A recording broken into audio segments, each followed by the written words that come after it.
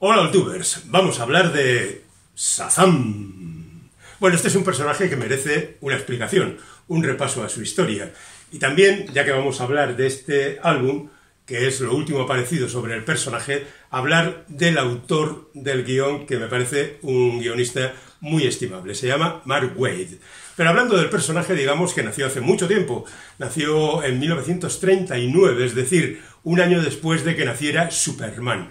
De hecho, dado el éxito de Superman, hubo una especie de eclosión de superhéroes por todo el mundo editorial de los cómics en Estados Unidos, y el más afortunado fue uno que se llamaba el Capitán Marvel. Capitán Marvel, también conocido como el Gran Queso Rojo, es justamente el señor que tenéis enfrente, aunque ahora aparezca con el nombre de Shazam. Os explico. La historia es muy sencilla, como todas estas que hablan de superhéroes. Pues en este caso un chaval, un adolescente llamado Billy Batson, se encuentra con un anciano que le proporciona una serie de virtudes como es la fuerza, la inteligencia, el valor, la rapidez, un montón de cosas que corresponden a personajes como Salomón, la inteligencia, por ejemplo, Hércules, la fuerza, Atlas, Zeus, Aquiles y Mercurio. Y las iniciales de todos estos dioses, héroes y gente real, más o menos, como Salomón, pues forman la palabra Shazam. Cuando el protagonista pronunciaba la palabra Shazam, se convertía en el Capitán Marvel, este personaje vestido de rojo con un rayo en el pecho que iba a solucionar todos los problemas. La verdad es que, como la competencia era terrible, muchos de los superhéroes de aquel entonces desaparecieron, pero el Capitán Marvel continuó con su carrera y con bastante éxito. El bueno de Billy Batson se convirtió un poco en la imagen del adolescente triunfador, porque además de tener todas esas virtudes, era también un locutor de radio, al parecer bastante famoso. Yo recuerdo haber leído en mi infancia las aventuras del Capitán Marvel. Hombre, no eran para volver loco a nadie, pero la verdad es que eran entretenidas, con un dibujo caricaturesco y con trabajos de C.C. Beck, que fue el creador, y Bill Parker. Fue publicado por la editorial Fawcett.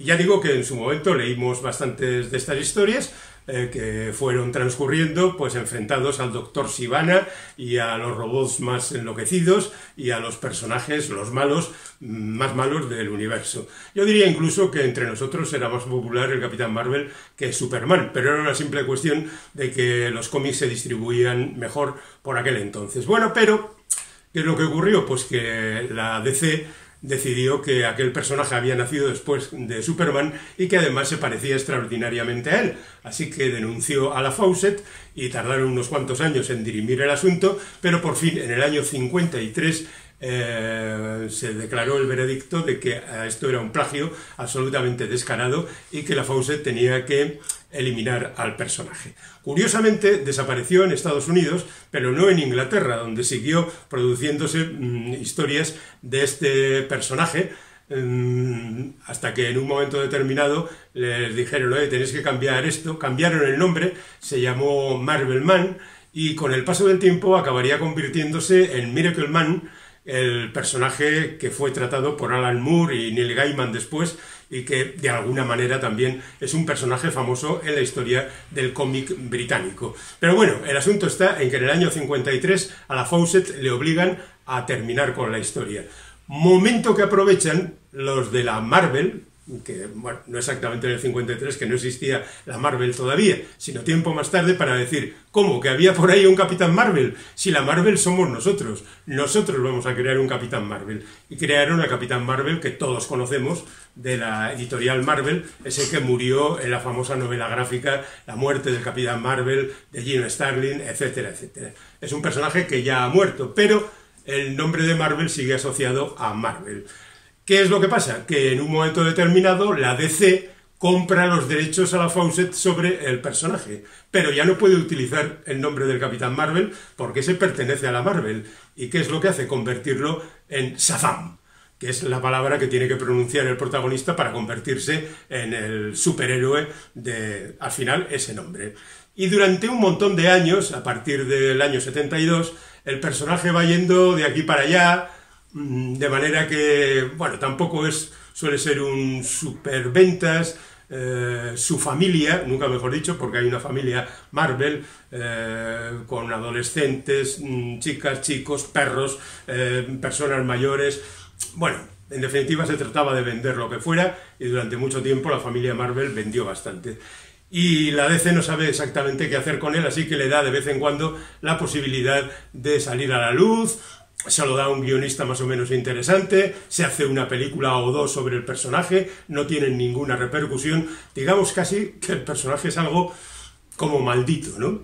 Y bueno, el penúltimo intento de todo esto es este álbum, que se titula Shazam, conoced al Capitán.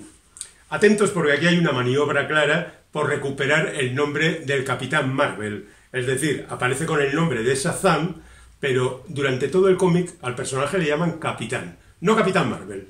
Eso ya veremos si se consigue más adelante, pero de momento vuelve a la denominación de Capitán.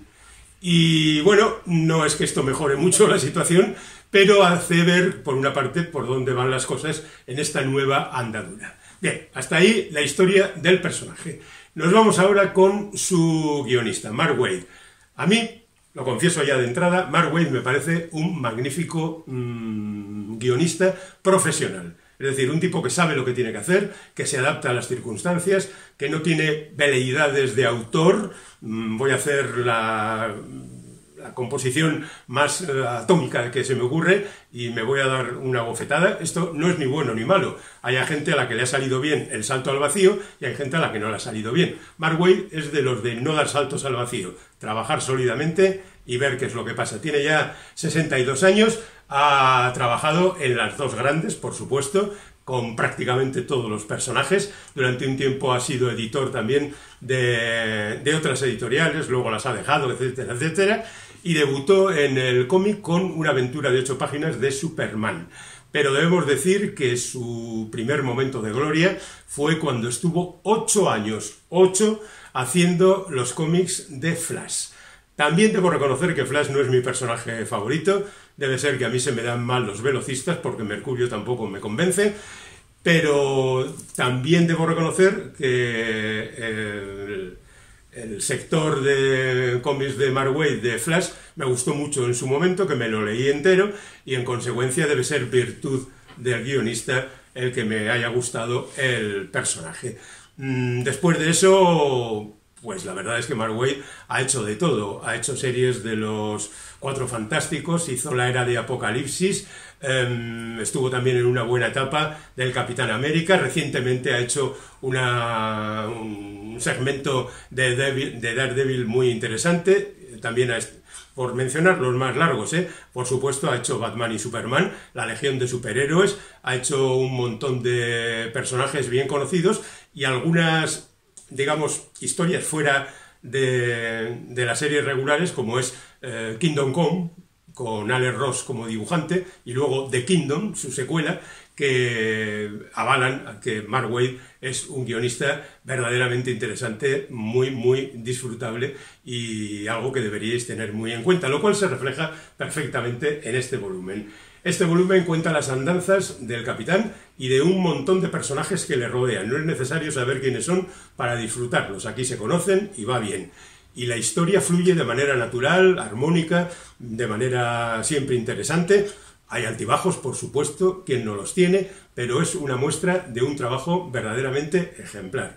A mí me ha gustado, y también me ha gustado particularmente por el dibujo de Dan Mora, que es un señor que ha trabajado con Mark Waid en la serie Superman y Batman, los mejores del mundo, y que ahora se han empeñado en esta. Lamentablemente, de los 9 números que aparecen aquí, solo 6 están dibujados por Dan Mora. Están 2 de ellos dibujados por Goran Suduzka y 1 por Emanuela Lupaquino, pero en cualquier caso es un álbum que merece la pena. Yo no sé si esto va a tener continuidad, si la serie va a remontarse, si va a tener una larga vida, pero de entrada, el comienzo, para un personaje de segunda, la verdad es que es muy, muy estimulante.